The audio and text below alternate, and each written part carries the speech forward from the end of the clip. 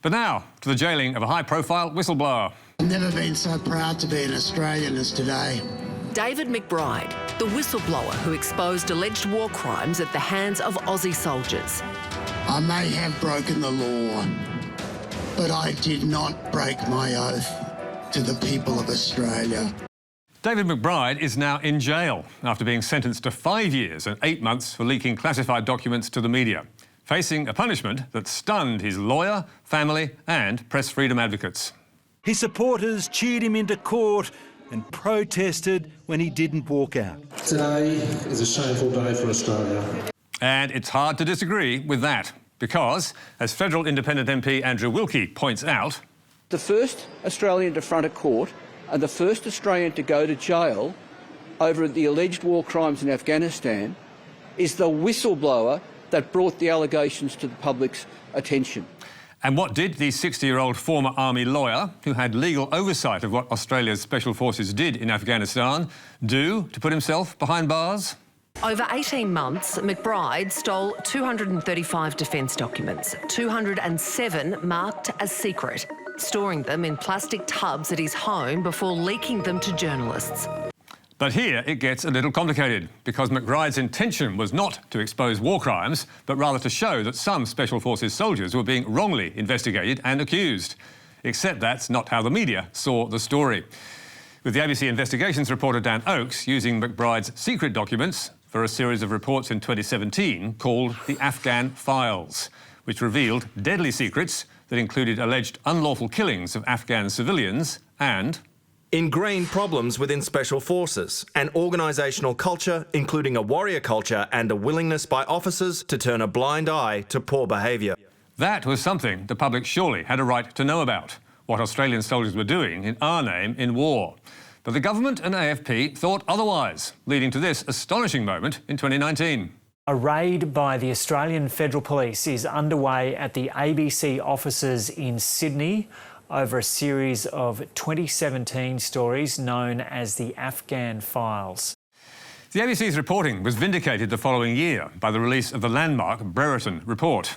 A report so damning and alleged war crimes so disgraceful, nothing could prepare the nation for this. Rules were broken, stories concocted, lies told, and prisoners killed. And by that time, the AFP had dropped the idea of charging Oakes due to public interest considerations.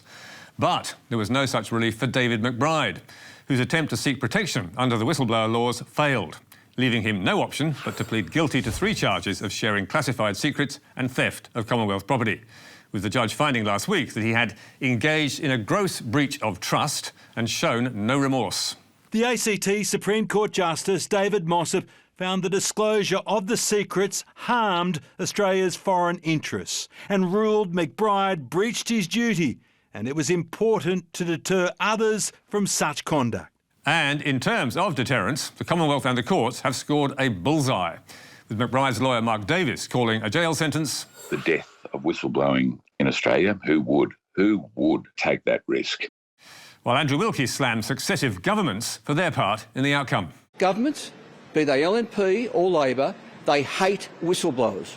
They hate people speaking up. They hate people shining a light on official misconduct. And they consistently want to punish the whistleblower, and they consistently want to send a signal to would-be whistleblowers to shut up. And how are successive governments to blame for a judge jailing McBride? First, by allowing the prosecution to proceed. Second, by failing to strengthen the laws to protect public service whistleblowers, even though in opposition in 2019, Attorney General Mark Dreyfus gave hope that he would deliver on both those things, telling The Telegraph, if we've got a government that isn't prepared to exercise the discretions that are there in a way that ensures the public's right to know and protection of journalists and protection of whistleblowers, we'll need to legislate in a clearer way.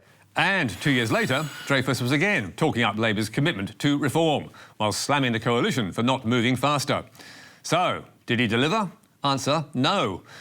Because while the Labor government has made some minor reforms to the Public Interest Disclosure Act, the critics say they are not the ones that are needed, with Kieran Pender from the Human Rights Law Centre saying a key defence for whistleblowers and journalists is still missing.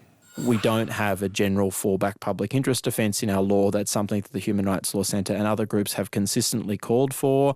And Pender adds that another change foreshadowed by Labor has also been neglected. We still don't have a federal whistleblower protection authority that the government promised at the 2019 election, and yet we have a whistleblower in jail. But even without those changes to the law, which the government says are being considered, the Attorney-General could have exercised his power to intervene in the case and kill the prosecution, as he did with lawyer Bernard Collaery, who was also charged with leaking classified material. But Dreyfus declined to do so, saying that power was reserved for very unusual and exceptional circumstances, leaving former Senator Rex Patrick to tell Canberra's 2CC last week. David McBride is going to jail for two reasons. One, because he did his job, and two, because Mark Dreyfus didn't do his. Meanwhile, as in so many of these cases, we're left not knowing how or if Australia's national interest was genuinely harmed by McBride's disclosures, or whether they were merely embarrassing. And McBride is now facing at least 2 years and 3 months behind bars, unless his appeal succeeds, for doing what he passionately believed was right. But he's certainly not surprised, having recorded this message months ago. If you're watching this, I'm in prison. Again, all I can do is thank the supporters. I'm not going to complain. I went into this with my eyes open. I always said I would go to prison with my head held up high, and it may be that I need to go to prison in order to fix this country. In the interests of a free press and the public's right to know, let's hope his appeal succeeds. Welcome to Dulwich Hill, a 3-bedroom, 2-bath townhouse and rented for the last 4 years by Jim Flanagan. There's just one other thing you need to know. The Prime Minister is my landlord. And Anthony Albanese wants to sell. Hello, I'm Paul Barry. Welcome to Media Watch. And talk about a non-story. 2 days after the federal budget, the media went nuts for a housing yarn that featured a tenant begging the PM not to boot him out of his home. And where did it all begin? With the News Corp tabloids. Don't kick me out, Albo. Exclusive. Landlord PM tells tenant it's time to go. Don't evict me, Albo. If you had any doubt about the power of News Corp's papers to set the news agenda, then think again, with Jim Flanagan telling The Telegraph. This will kill me. It's a crippling blow right now. Under the headline, Rent crisis pain, but Albo evicts his tenant. Outrageous, callous and mean of Albo. At least that was the narrative. And Sunrise loved it, pumping it into their 5 a.m. bulletin. In the middle of a housing crisis, the Daily Telegraph has revealed the Prime Minister is kicking out one of his own tenants. And 2 hours later, Jim was beaming in from his, or Albo's, lounge room, although it wasn't quite clear what his beef was. I'm not suggesting there's been anything illegal or otherwise here. And look, there's certainly no class envy or anything like that. I have absolutely nothing against property owners at all. I guess we're just looking for, again, a little bit more of a considered, communicative approach, maybe a discussion. Well, going on national TV is one way to go about that. With Jim also appearing on the Today Show, where Carl Stefanovic was much less sympathetic to his plight. Look, why did you go public with all of this? It's a bit nasty, isn't it? Look, it's not my idea of a good time either, if I'm honest. But Jim's not-so-good times continued all morning because the media could not get enough of his eviction story, knocking over at least 6 radio interviews, including one with the ABC's Ralph Epstein, who happened to be interviewing the PM, who deemed the story so important he made it his first question. I do want to talk about your budget, but first, what would you say to your tenant? He says he's got nowhere to go.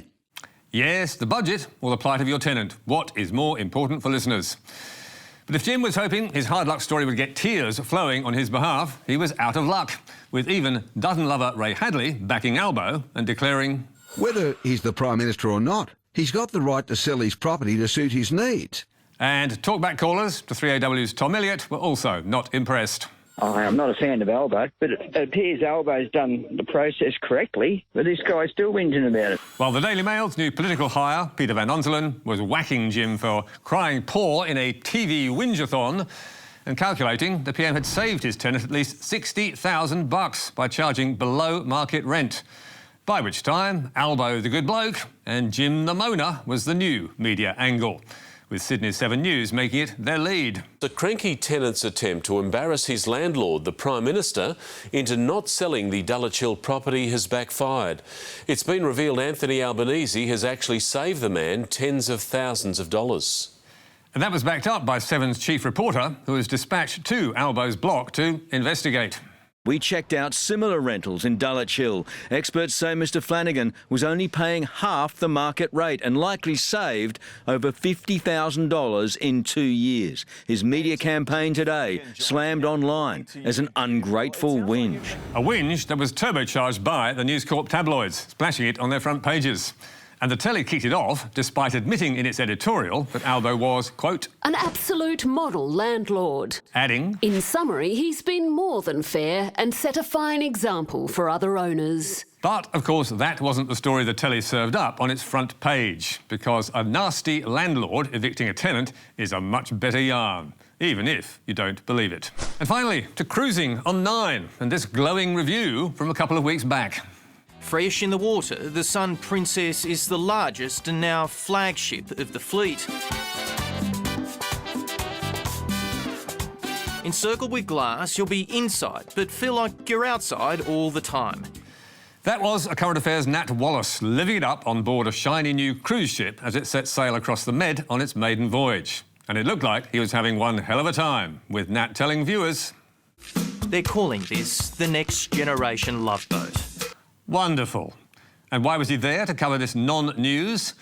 Because Princess Cruises paid for Channel 9 to be on board, flying the reporter and crew to Barcelona for a PR event, in which English actress Hannah Waddingham, no doubt paid handsomely by the cruise company, became the ship's godmother. Audrey Hepburn, These Princess are Diana, all godmothers of Queen Princess Elizabeth. Cruises. I know. Now Hannah Waddingham. Silly me.